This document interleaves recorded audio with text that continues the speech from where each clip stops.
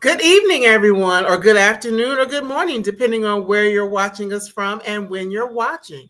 It's your girl, Marcy Thomas, back with you for another episode of the BGC Book Club. So before we get started, just come on in the room, invite your friends and other loved ones to join you, especially if they're Black music lovers. They're really going to enjoy this particular conversation.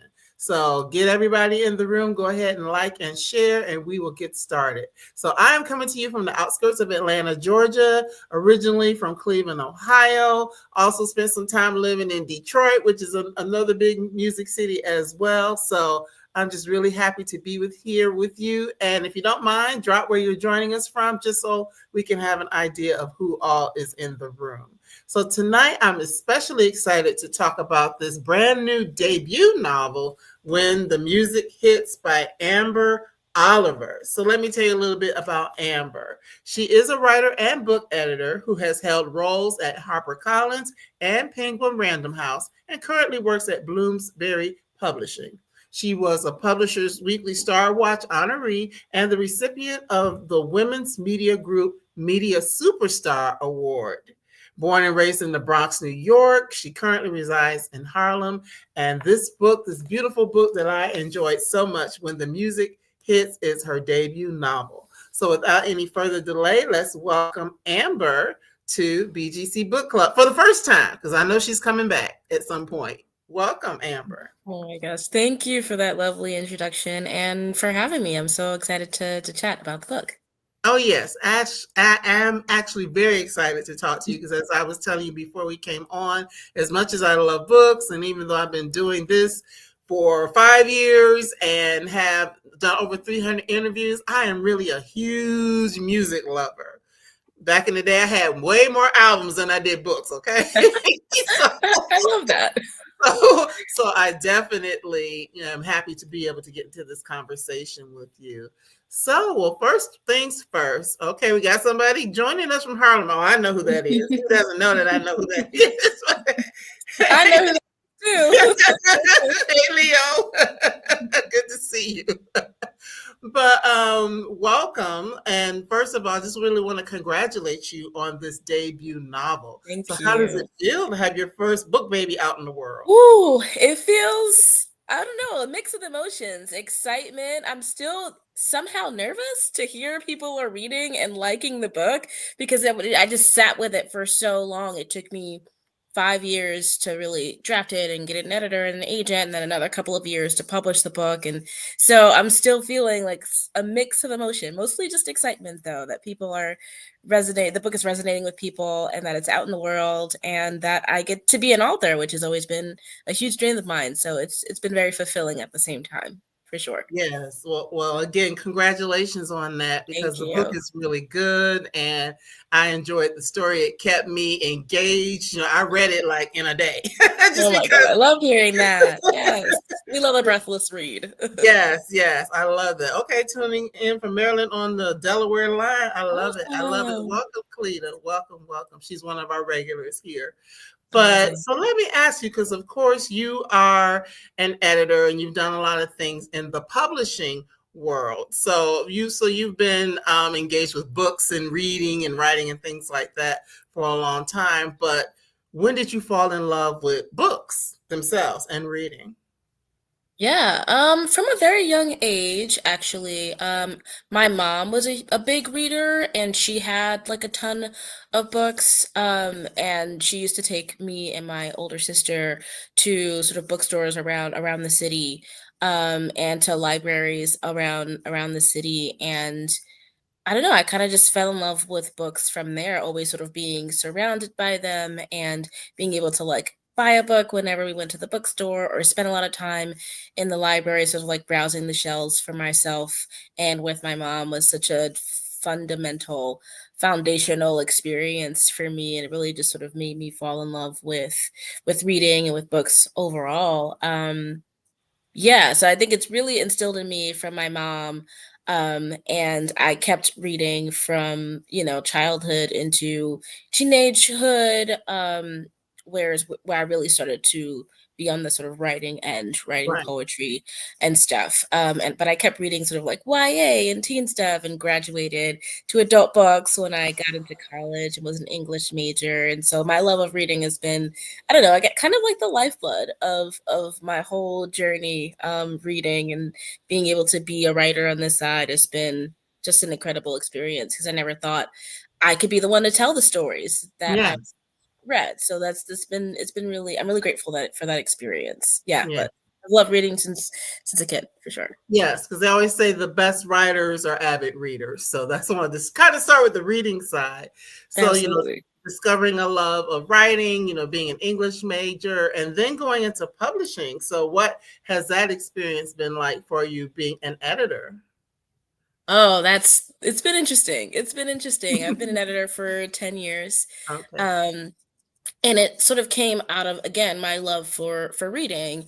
I was an English major in college, like I said, and at the college that I went to, they had a publishing program, which is where I really learned about publishing overall. Like, I never thought this was a whole industry with departments and all these different people working on books, and to discover that I could be a part of that as a Black girl from the Bronx who loved books was really exciting to me. And so I've been on that journey ever since I graduated college. This was the first industry that I've worked in, and it's really been a joy to help publish books from all different kinds of voices. I think Mhm. of myself as a mission-based editor, and for me that means giving voice to people who might have been voiceless before, or may not have had space in the industry to tell their stories authentically. And so I wanted to be the kind of editor that would allow them the space to do that, and could acquire these voices and help get them into the literary canon, because I think all different perspectives deserve to be, heard and seen. And so it's been very rewarding to be able to help edit books by authors I really admire, and who have gone on to write multiple books, Yeah. even after we don't work together. To be able to contribute to the literary canon in that way has been incredibly fulfilling. In your sort of opening, there were a few authors that I had actually Okay. edited in that opening, which is so Wow. exciting for me to see my editorial work being highlighted in Okay. some way, and my work now as an author on the other side. So that's been exciting. It definitely is different being a writer and an editor. Yes. Those are more conflicting, I think, if I'm thinking not just solely editor. And that's because editing it's a job that takes up like a lot of time, Yes. and sometimes often involves sacrifice, because you know editing is not something you do only in your 9 to 5. You're editing on weekends, sometimes you're editing Mhm. at Mhm. night, you're editing in the mornings, basically whenever you can find time, if you have like a full list or whatever, 8 to 10 books a year, whatever the number is. But it takes up a lot of time, and so it definitely has been more me being an editor than me being a writer, because I Okay. that's the job that pays the bills. Oh, wow. Wow. But Just as being you a writer is something that I also, pursued at the same time. And just stealing time for me is like writing at 12 in the morning, or like writing at 9 o'clock at night. That's how I got it done. And are they always aligned with each other? No, but it's still fulfilling to be able to do both. And yeah, it's been great. Yes, because as you're talking and knowing that you're an editor, the reason why I kind of started there is because you are following in the footsteps of one of many of our favorites, Toni Morrison. Toni She Morrison, was yeah. an editor and Hmm. also a writer, and I think she would like get up early in the morning and write and things like that. So I think it's pretty powerful that you are, following a similar path. Yeah, she's definitely one of my literary heroes, and also a hero in the editorial world. So I hope to aspire to be even a little bit like her. Yes, yes, I love that. So when the music hits, this book is very music centric, but it's talking about arts and creativity in general. So kind of like to my point, I said I was that person who had more albums than books back in the day, as much as I love to read. So in addition to your love of reading as a young girl, did you also have a love for music? Absolutely. So I grew up here in New York. I was born in the borough where hip hop was birthed. So Yes. sort of like music was already in my veins when I was born. So it's such a major part of, I think, New York cultures, hearing music on the blocks, growing up, hearing music at like barbecues with my family, doing like line dances that were passed down Mhm. generationally, music that, my grandparents loved that was passed down to me that I heard all around. It's just such a big part of my family and I think Black culture overall. And so it's something I definitely have always gravitated toward. I also love live music. My mom used to Mhm. take me to concerts from a very young age. Like my first concert was to see the Spice Girls when I was like Oh, 6 years wow. old. Um, and I never stopped going to concerts from there because I just think music is a thing that's sort of like the soundtrack of our lives, and it connects people. It says so much about feelings and emotions in the world, and everybody can relate to something in music. And I love being in community with that while at like a live show. And so that's been a big part of my life too. So I would say, yeah, I'm a pretty big music fan. I wish I could sing or play an Okay. instrument, but I'm not there yet. One day, hopefully. I've been wanting or have a dream of learning how to play the drums for many years. I have not Okay. gotten around to it, but soon, hopefully. Well, that's one thing about creative people. They oftentimes dabble in a bunch of different things. We see Hmm. some of that in the book as well. So you being, just being having a love of writing and different ways of telling stories, loving music and all that. What was your real inspiration for writing when the music hits? I think it's two-pronged in a way. One, I would say it was largely inspired by the things that I had seen or in the sort of corporate America. So, like in publishing, that was like my first job right out of college. It's my first time working at a big girl job and learning what hierarchy looks like, what it means to communicate with your managers, what it means to communicate with your coworkers, and what the expectations were in those spaces. And often I felt like I needed more tools in my toolbox to understand how to navigate this world, right? Mhm. And for me, a lot of the ways that I related to the world was through fiction. And at the time, or at least I didn't know of books that were talking about what it meant to work in these creative corporate Mhm. companies and sort of sacrifices those jobs took, and how I could, I don't know, feel solidarity with those stories by like reading a story about some young girl um going through the same or similar situations. And so I wanted to show that through Billie, Mhm. what it means to survive in an industry like that, specifically in this case, music, and what it means to thrive, and what challenges she might encounter along the way. Because of course there will be challenges, Right. whether that's sort of like the racial aspect of it as a Black woman, or whether it's just like logistical stuff working for a corporate company that doesn't always have your best interests at heart. So I wanted Right. to talk about it from that standpoint, but I also wanted to talk about art Yeah. and what it meant to commercialize art and to be the person on the inside helping to do that. Like, is what you're doing helping the artist, or are you just a function of the company? Are you a gatekeeper? And if you aren't, how are you justifying that to the people whose art you're trying to support? And so, yeah, I guess I just wanted to say, like, I wanted to talk about the people who are on the inside who are helping to make these artists happen, um, and how they're doubly sort of like, how do I say this? They're being there are issues on both sides. Like from the Right. artist, like issues with the way that the company works, and then there's the company that the person inside has to deal with. So I wanted to talk about that two-pronged situation and some real life events inspired by my life. Yes, yes, and it was safer to write about music than it would have been to write about publishing. Totally. I still wanted a job in publishing, Right. 100%. That part. Yeah. That part. That part. And That also part. music is sexier. Like, I don't know. Yes. Yeah. Yes, we all love Um, music. Like I was saying to you, exactly. it was really resonating with me, all the different music, and even some of the people that I talked about that maybe I wasn't as familiar with, just being Hmm. in that space of like really thinking of music in a different way.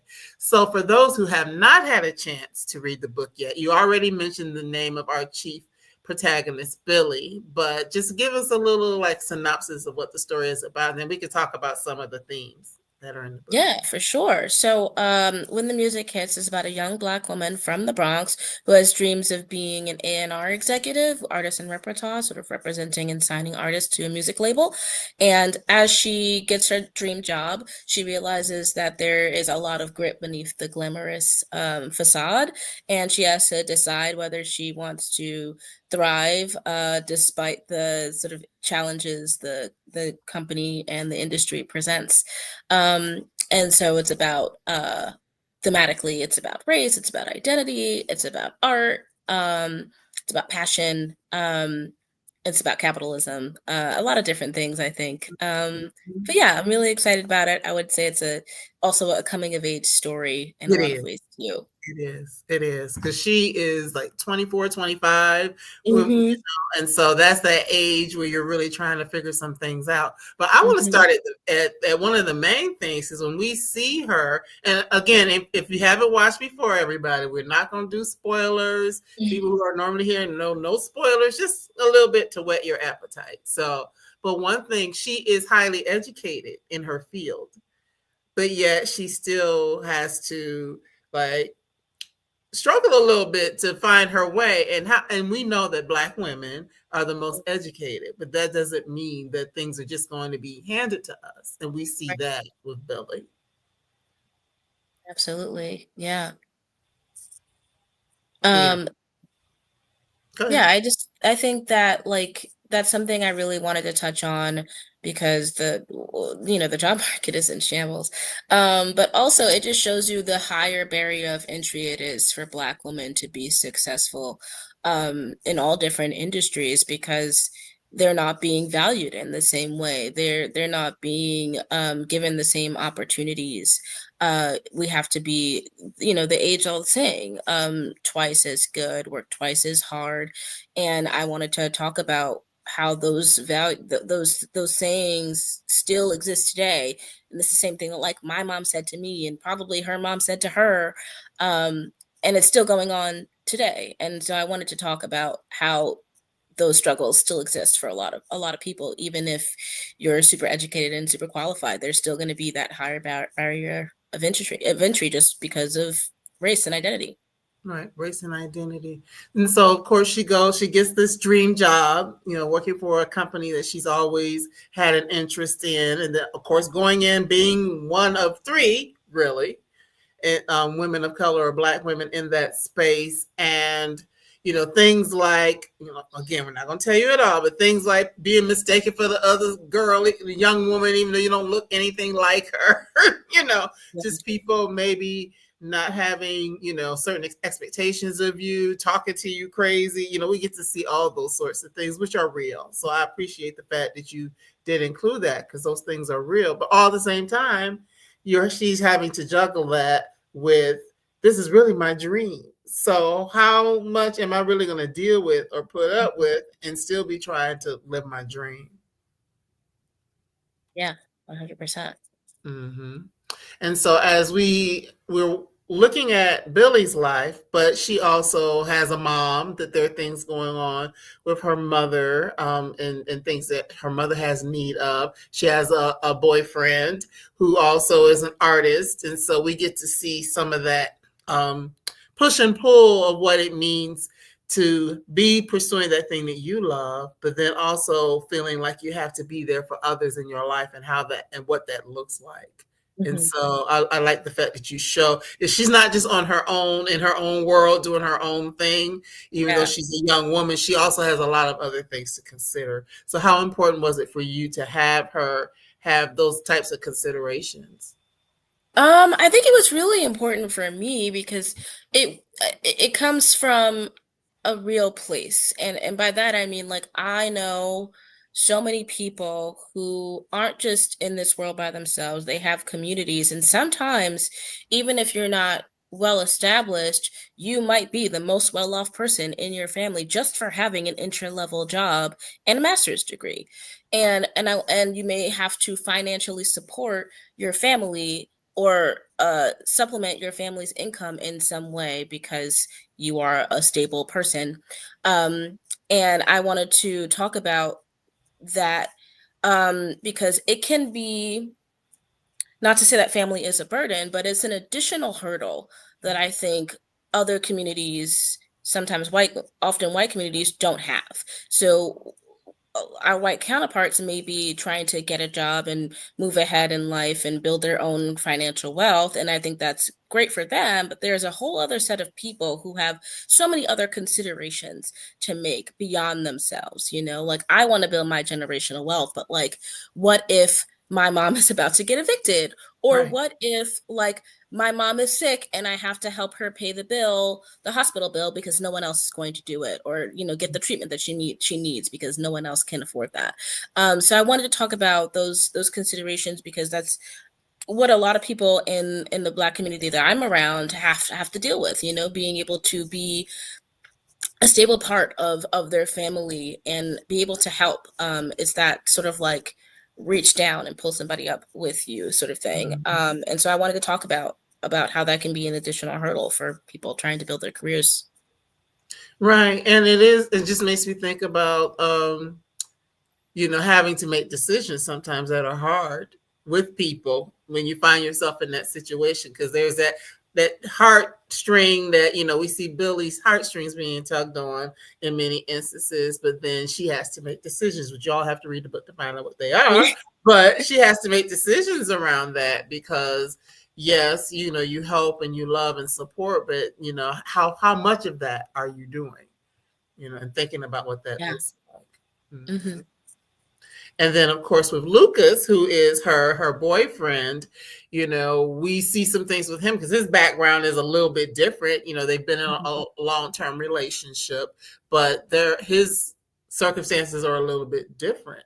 But I really liked him, though. He was a good guy, Lucas. I'm glad. I've gotten mixed reviews on Lucas, so Really?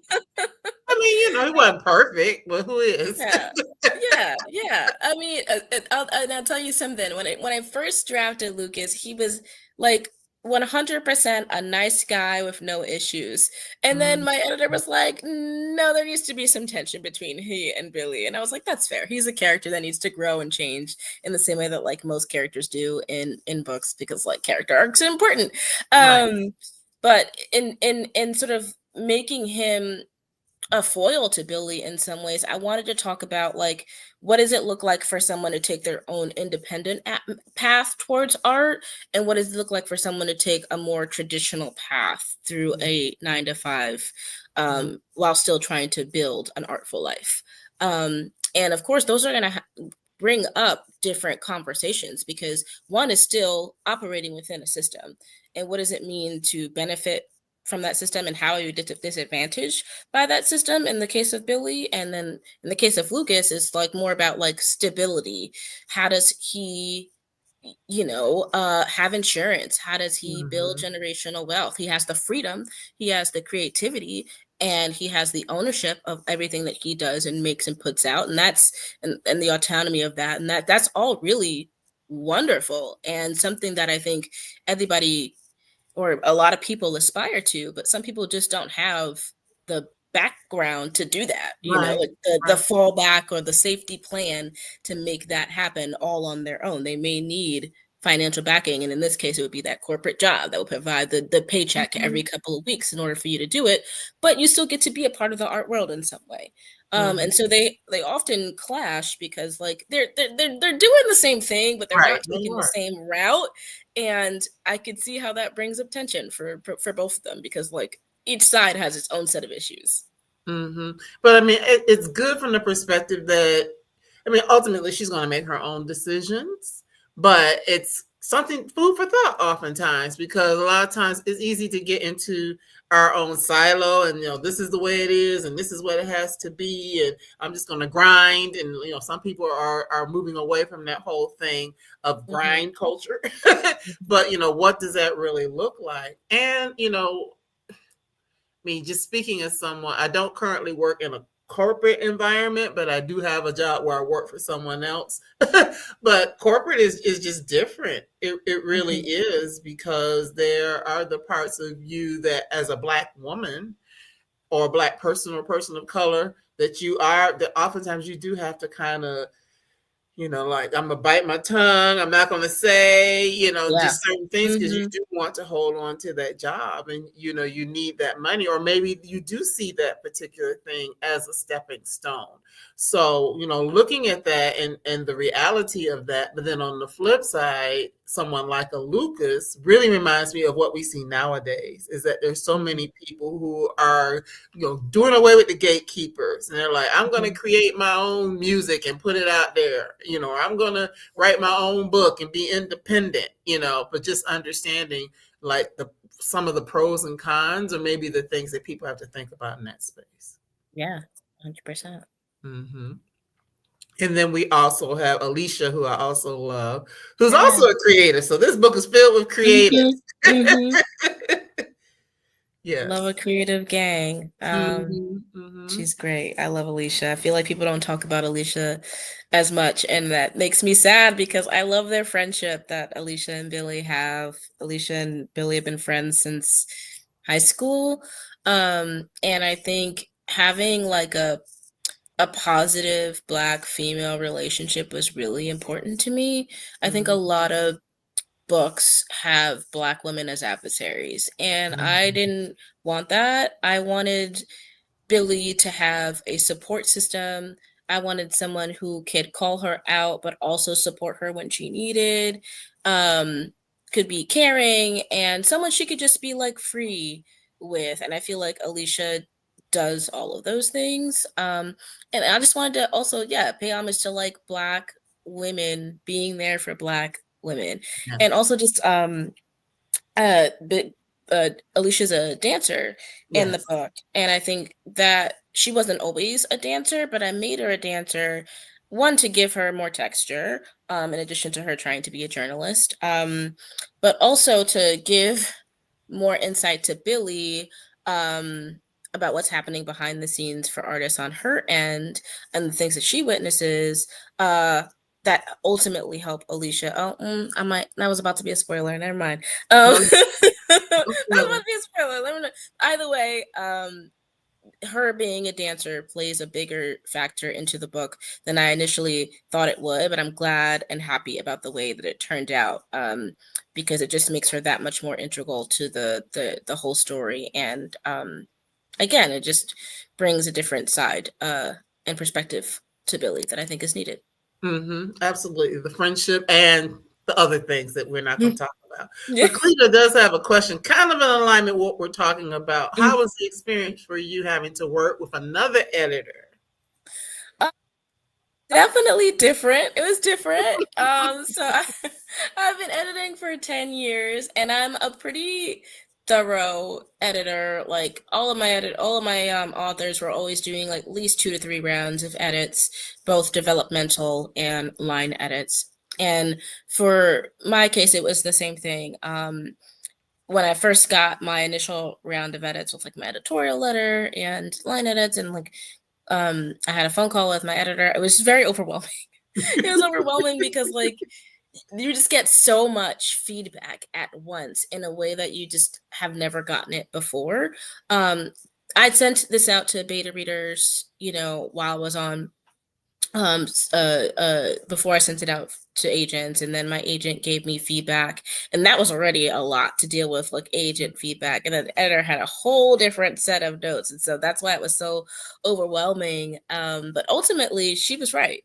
Most of the things that she suggested in terms of like, upping the stakes and deepening character and adding more tension in certain places and thinking about pacing in certain areas were all to the benefit of the story, and I'm very grateful for how keenly my editor looked at the work and tried to make it the best version of itself. And we worked together for maybe like a year and a half on the Okay. manuscript, over like a few rounds, and it was, yeah, it definitely was hard because I basically ended up rewriting the book in a lot of ways. but it made the story so much better and so much more layered and richer. And I'm, yeah, grateful for the experience. I also was friends with my editor before we were Okay. edited, so like there Does was a that make it rapport tougher though there. because you are friends? No, no, I think I respect her opinion and she Okay. respects me as a writer, and I tried not to bring too much of my editor brain toward it at this stage.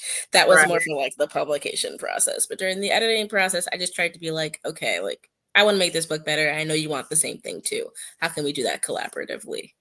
Okay, well that's good. And no Yeah, no relationships were harmed in the making of this book. exactly. Okay. Exactly. Oh, that's good to hear. So, some of the I just have to say real quick, Billy is named after Billie Holiday, but then Hmm. there are other characters in the book that also have names that are similar to musical artists as well. So, I picked up on Yeah. those. Like we have a Erica, we have a Nina, Yeah. we have a Quincy, so Hmm. we do have some other like people. So I guess that's a way of paying homage to those people. Yes, I'm glad you picked And up on that. yes, I did. And Alicia too, because I'm thinking of Alicia Yep. Keys, who's from Hmm. New York. So Yep. Yep. So, but one of the things, of course, this book and the central theme of the book is taking place in a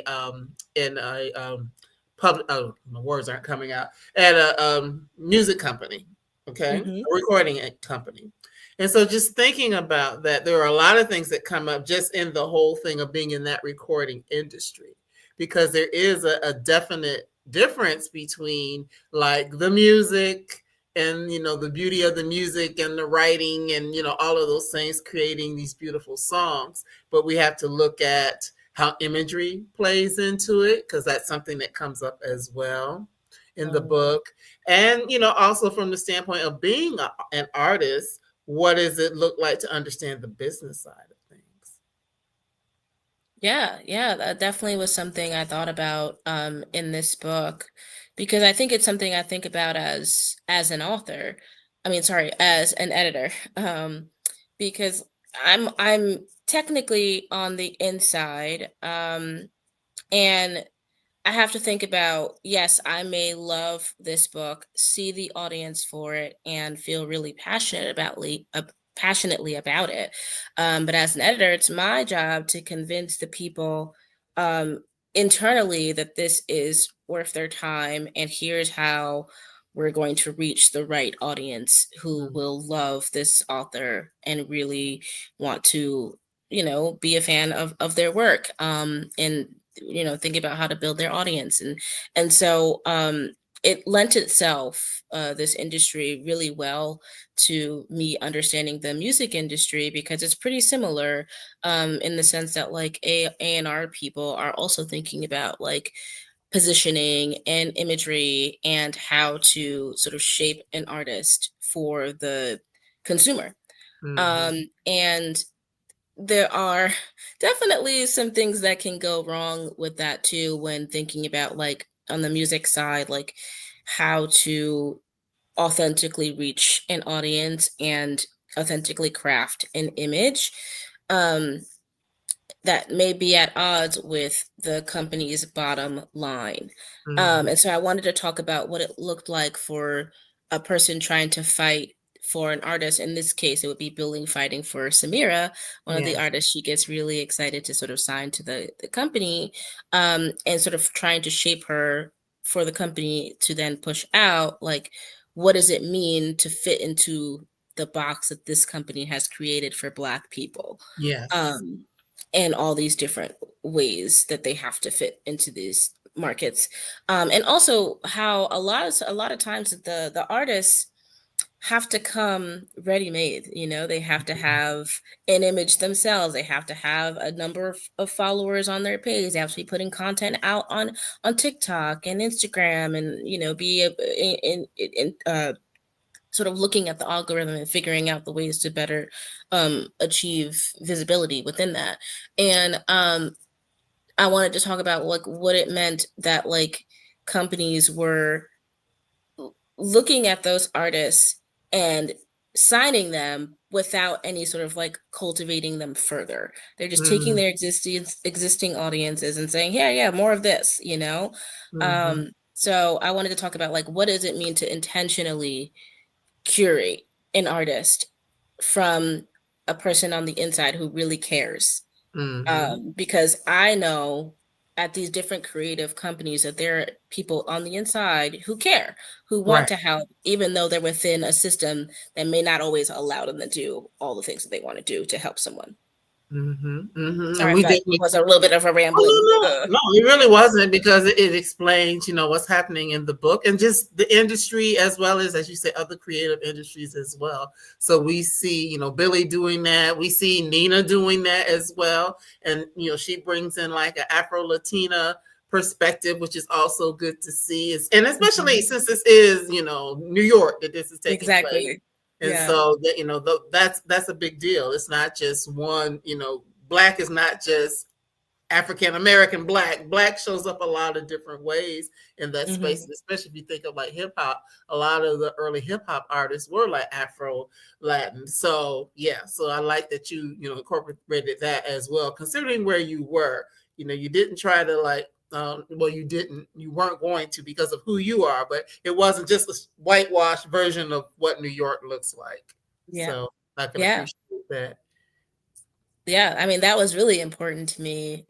Is the non-whitewashing, I guess, or showing like the different sides of New York that other people don't really get to see in literature. Because I feel like a lot of New York-based books are about like downtown Brooklyn or Manhattan, downtown Manhattan or Midtown Manhattan, and there's so much life and people and culture in Harlem, in the Bronx, in Queens, in all these different areas where populated by working class folk and people of color, and I wanted to show the color and texture of those communities, because I feel like they don't often get to have a voice or be seen and heard, and so I wanted to shine a light on those communities because I come from communities like that, and so I wanted to just show readers, just all the different facets of that and how much beauty and creativity can be from from these communities in New York. It's not just like white people trying to achieve their dreams. It's all of us. Yes. And for me, I felt like New York was indirectly another character just because you get to see so much of what it looked like in the Bronx or, the different areas that Billie and her friends would travel throughout, what to create art, whether it is Lucas with his photography and things like that, or her going to different bars and clubs and, Yeah. open mics or whatever, just to be able to see that there is that whole creative community and it's all throughout. So that was pretty cool to see that as well. As someone who's not from New York, right? I'm glad it Yes. resonated. I'm so It glad to hear that. definitely did. It definitely did.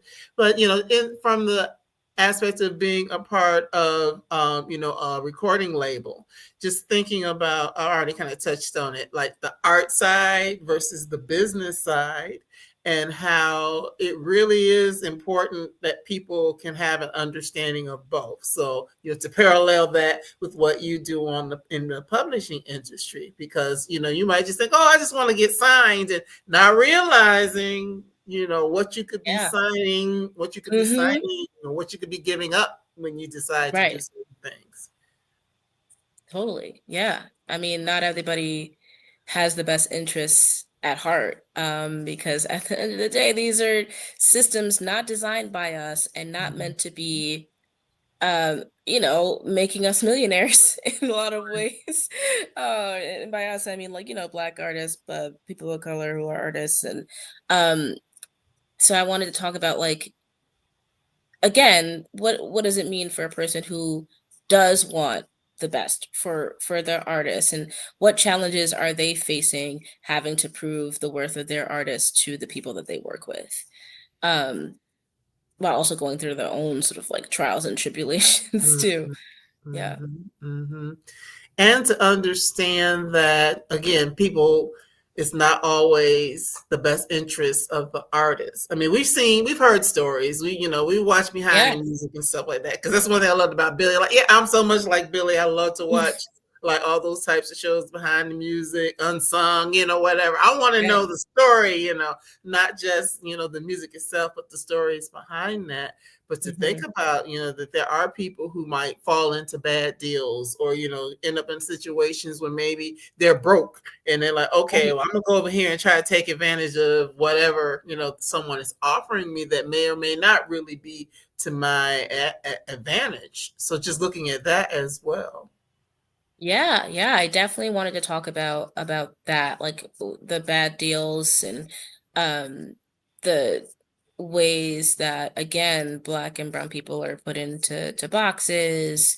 A lot of the situations that I have in the book were pulled from like real life examples.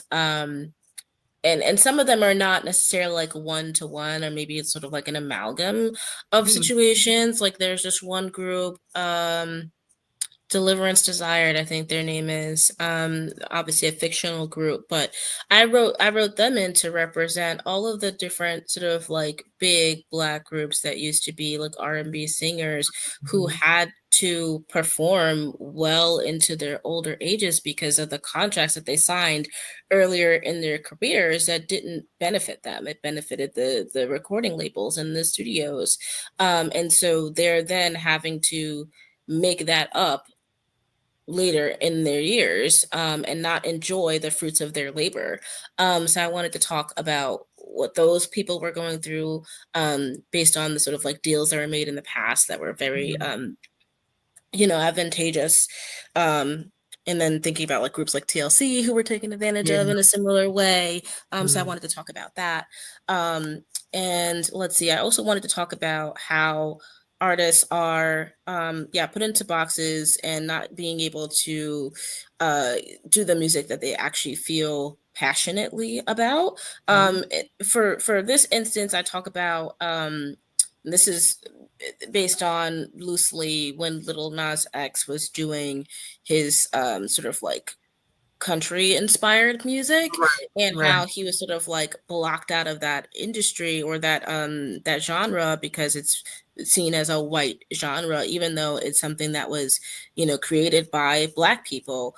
Mhm. The industry music industry blocks black people out of that because of racism and Mhm. bias. And so I Mhm. wanted to talk about like what does it mean for them to be putting these people in boxes, even though there's a clear interest from black listeners to hear like Right. black country, but also a desire from the artist to make that kind of music because it authentically speaks to them, and how they're not being able to make the music of their heart, right? But in the same space, you've got artists like, oh, what is the white man in the book's name? I always forget. It's Judah. Mhm. Judah in the book is a white artist who reminds me a lot of like white artists who's had success in the hip hop world. I'm thinking like, Right. Macklemore in the 2010s, and Mhm. uh, Jack, whatever his last name is, I who's know a it's rapper Jack now. Harlow, is it? Jack Harlow. And I don't necessarily have a problem with these rappers. The problem I do have, however, is that they get like immediate everything. They get radio play, they get curation, they get like sales, they get put on festival circuits, like they get the red carpet rolled out for them in a genre that wasn't created by them, Right. yet they get all of these opportunities. And so I wanted to talk about what it means for black people to be pigeonholed in one space, whereas white people get to go into another space and take that over and receive no repercussions for it. Mhm. And then the people who sign them, like Connor, get gold stars for bringing Right. those artists on. So I wanted to talk about that. There's a bunch of other artists in this book that I am like pulling real life situations from. Like there's another character, her name is Lorna Valor, who is like Lana Del Rey. And when Mhm. she was sort of talking about a few years ago, black artists who were writing sort of sexually explicit content Mhm. in their music, which is liberating for a lot of women in some ways. But she was angry that she was then being criticized for writing about women who may have been in like domestic relationships that Mhm. often got violent, and sort of glamorized that. And so her fans were coming at her because of that.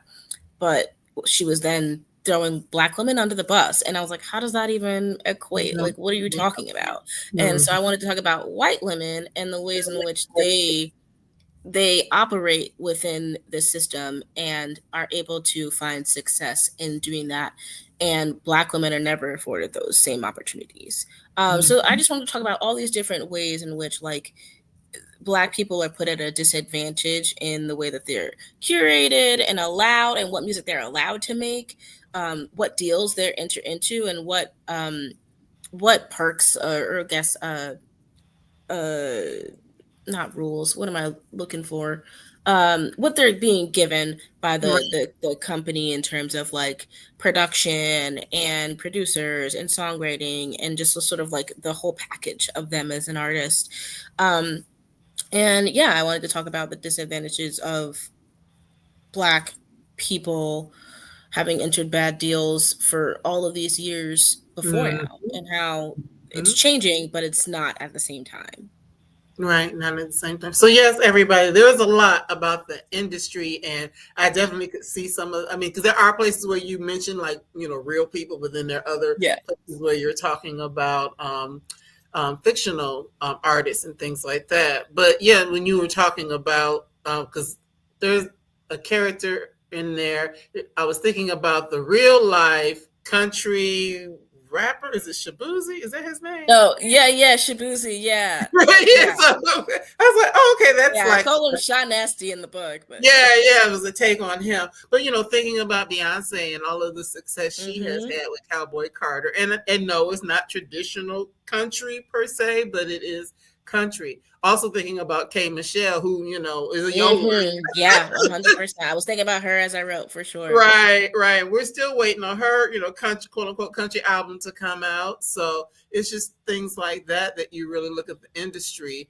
and the fact that you say there are people that will get boosted up that really aren't necessarily even that good, but because they look a certain way, they're going to get all this success, and so it's just something to really think about, that industry in general, and then of course back to our lead character Billie, how she is navigating all of these things as someone who's coming into this field, who does have a pure heart and does really want to help artists be able to tell stories and tell different types of stories, Yeah.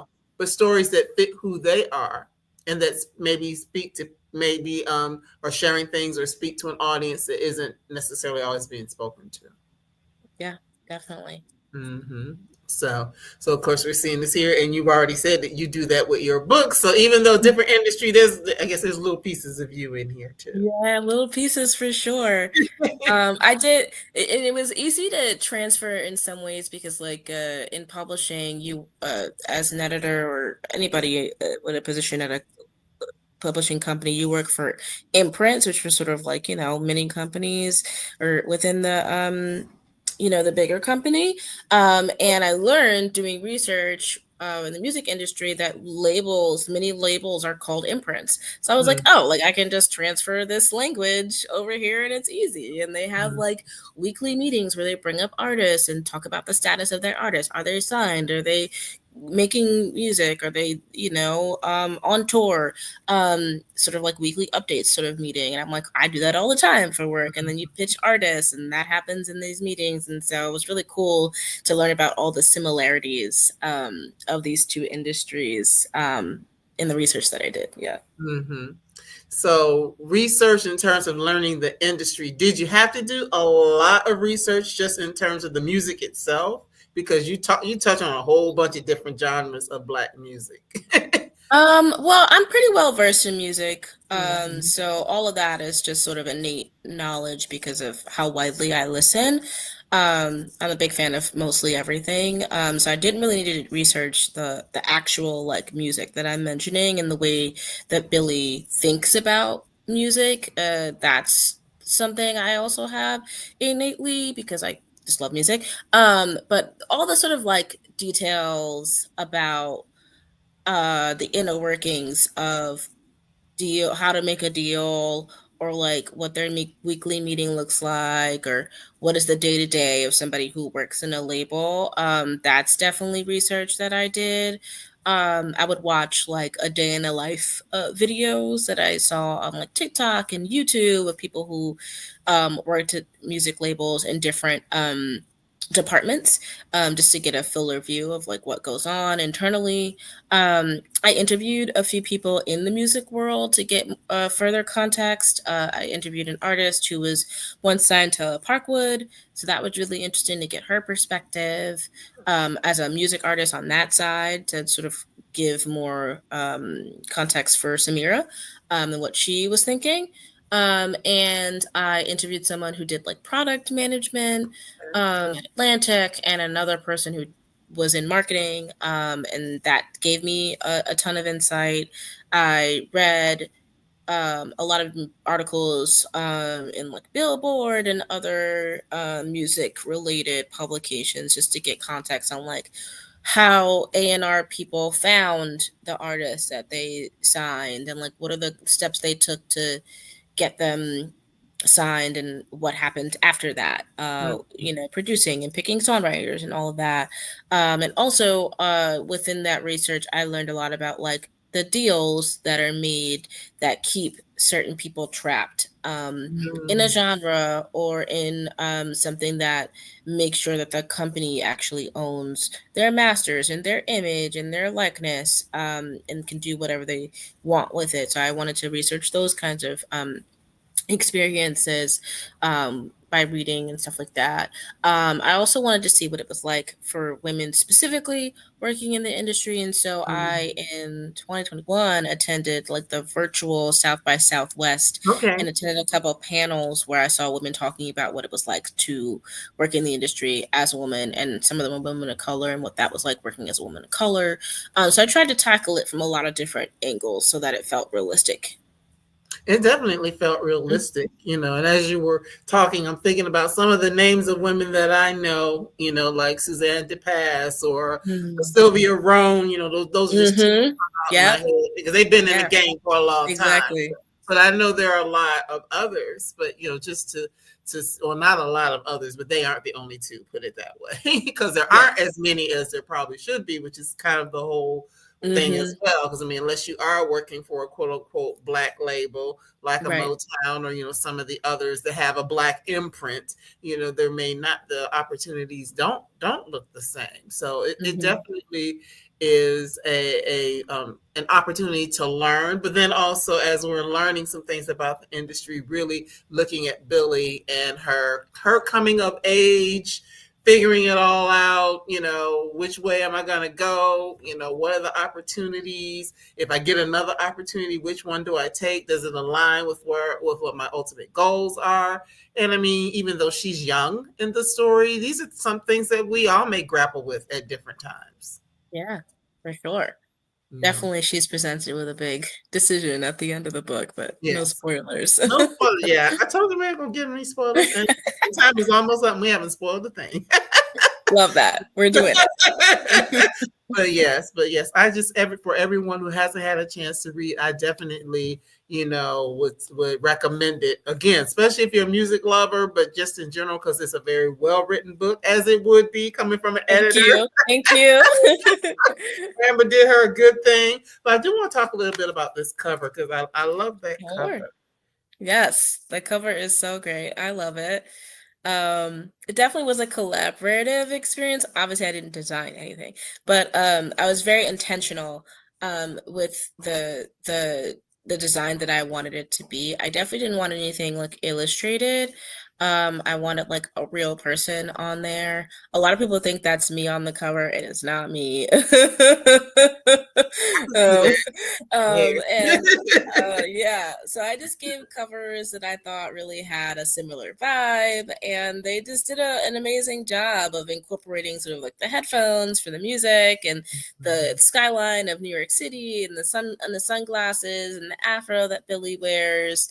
The colors are really cool. I don't know. I just feel like they did such an awesome job. Yes, it is a beautiful cover. It is. And it's also available on an audio for those who like audio. So did you have an opportunity to kind of decide who was going to do that, or Oh listen to yeah, things? yeah. They definitely involved me in the process. They gave me like three options of women, and I decided on Ashley J. Hobbs because I feel like she really captured the spirit of Billie well. She knew how to do a New York accent, which is really Mhm. important to me. Like I'm from New York. I'm not using my accent right now, but if I'm like, I I don't hear was, it. but like I really wanted that authenticity of the character to come through in the narration. I think Ashley did a wonderful job. Hmm. All right. Well, that's good. Well, when the music hits has been out for, I don't remember the exact date, maybe Like a two, month. like almost exactly 2 months Oh, tomorrow. okay, almost exactly 2 months. So have you been doing a lot of like in-person things, or do you have any coming up soon that people can come out and meet you, or any festivals or book signings or anything like that? I don't have anything on the horizon, but hopefully soon. Oh, I actually am doing Story Fest, which is like a 2-day festival of books in Connecticut. Okay. But nothing in New York, but that'll be sometime in October.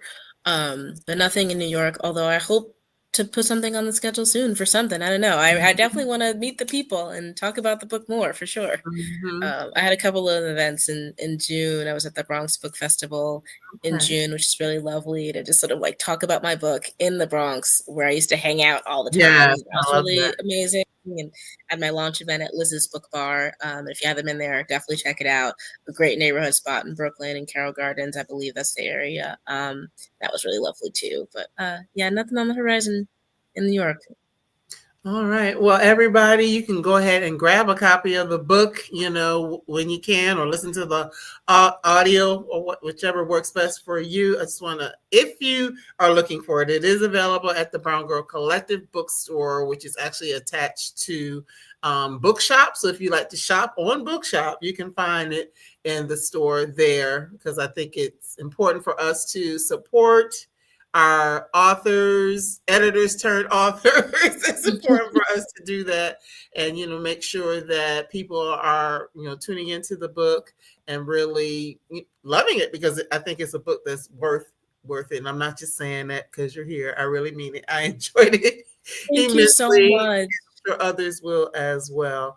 So I hate to ask this question, but I'm going to ask it anyway. I know that a lot of times when someone puts a book out, they're already kind of thinking about something else. So are you thinking about something else right now? Or are you just basking in the glow of when the music hits? Um, yeah, I'm working on a second book. It's really early days, but it'll be a family saga set in Harlem.